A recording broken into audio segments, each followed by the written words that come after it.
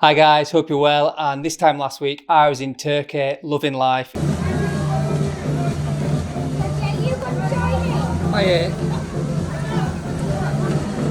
Enjoying the sunshine, enjoying the heat.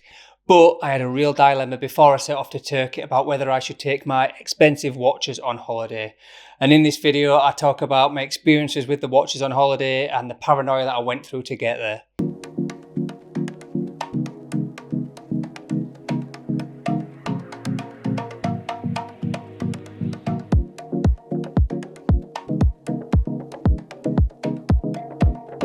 Hi guys, welcome to the show, and today is about the basic fact of taking your watches on holiday and whether you should do it or not. And ultimately, it's dead easy. You should take them on holiday. What is the fucking point in having nice watches and leaving them at home for one of the best occasions of the entire year? And ultimately, that's the decision I came to, but I had a real dilemma of whether I should do that. I could have just left them at home, but then the paranoia kicked in. Well, I could get burgled, and not knowing for 10 days whether my watches are safe or not, I didn't like that feeling. I could have hid them around the house. I could have put them in a box. I could have taken them to a friend's or my mum's house or something, and they could have been safe there. But ultimately, I came to the decision, why the fuck shouldn't I take my watches with me? I've spent all this money on them. I want to enjoy them. They're coming with me. I took my 4 best watches with me, and I hid a couple around the house where I didn't think burglars would look. One of those places was directly on the mattress. So you'd pull the covers back, and I just laid them there flat because I thought it looks flat. The bed's made. They won't ever think to look in there. Try it next time you go on holiday. So the paranoia of taking my watches on holiday, the concerns of leaving them in the room, wearing them around the hotel, they didn't start off particularly well. So we got into Turkey, I think it might have been about 10:30, 11 at night. So you're knackered from travelling all day. It's not very well lit hotel. You get in there, there's loads of strange faces. They've all been drinking all day. It's an all-inclusive hotel. And straight off the bat, we thought, we'll go downstairs to the bar, we'll get a drink and try and gauge where we are and what we're doing with the place. And while we're at the bar, I thought he might have been Russian at the time, Eastern Bloc. I don't know particularly where he was, but he looked at my wife, specifically her breasts, for quite a considerable amount of time. But then he clocked my Rolex date just, and he looked at it for this long.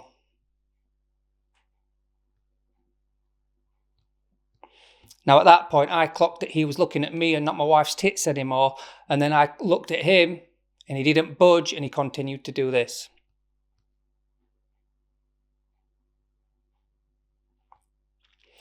So the paranoia's kicked right in. It's tired, it's dark, there's people boozing everywhere.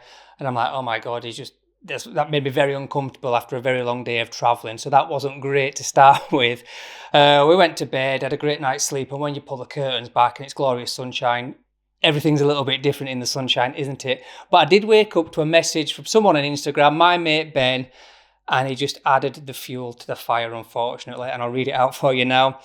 I was in Watches of Switzerland at the weekend, and the lady I deal with quite strictly told me not to wear my Rolex in Spain. Is going in 2 weeks, as she was dealing with dozens of Rolex insurance thefts from holidays this summer. Russian gangs have spread across the UK holiday spots. She was saying how they literally blocked restaurant doors and whipped off everyone's pricey watches.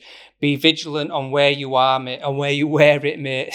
So obviously made me poo in my pants just a little bit more than I needed to. So the paranoia kicked in massively. So I like, right, the hotel's got a safe. I checked that.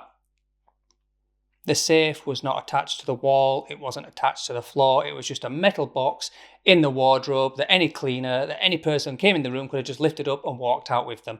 So I was like, shit, can I get away with wearing 4 watches a day, all on 2 on each wrist?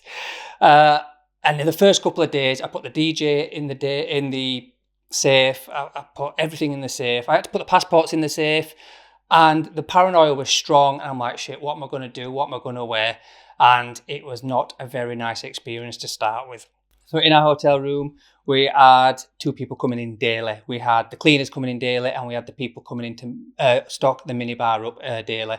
That's not as posh as it sounds. We had a little camping fridge where they stocked up 2 beers, 2 waters, and 2 cokes, which we were thankful of every day, but it meant another person, access to the room, access to the safe, and it wasn't a nice feeling. So I just locked everything away, and I just wore my Omega Seamaster on a daily basis on the Zealand rubber strap, just to detract from any attention. Now, after a while, you sink into the holiday, you feel safe, you like your surroundings, you know your surroundings, and things become a little bit easier. And the paranoia soon weared off when I realised that no one else was really wearing any nice watches and no one was taking any frigging notice of my watches. But yeah, for the first couple of days, that paranoia was real to a certain degree that I probably won't put myself in that position again. I'll probably just wear one watch and take one watch with me, because it was obviously the message from Ben. He didn't intend to scare the shit out of me. I already had those feelings already. But yeah, it's not nice, is it? Thinking that all your nice watches. And it made me think quite deeply about having such an expensive watch in a date, just on the whole, really, which I might even make a separate video about. So the main thing to take from this video is ultimately that after I'd settled into it, I'd have probably been a bit uncomfortable getting to know new surroundings to start with. But once you're out there, the glorious sunshine, there's a load of friendly people out there. I didn't encounter anything at all untoward. Apart from 2 o'clock in the morning, there was a couple having an argument in the hallway, but that's a personal issue, not a watch-related crime, is it? And nobody looked at my watch at the end of the day. And after a few days, I was wearing the Datejust, and that was it. No one said anything. No one looked at me.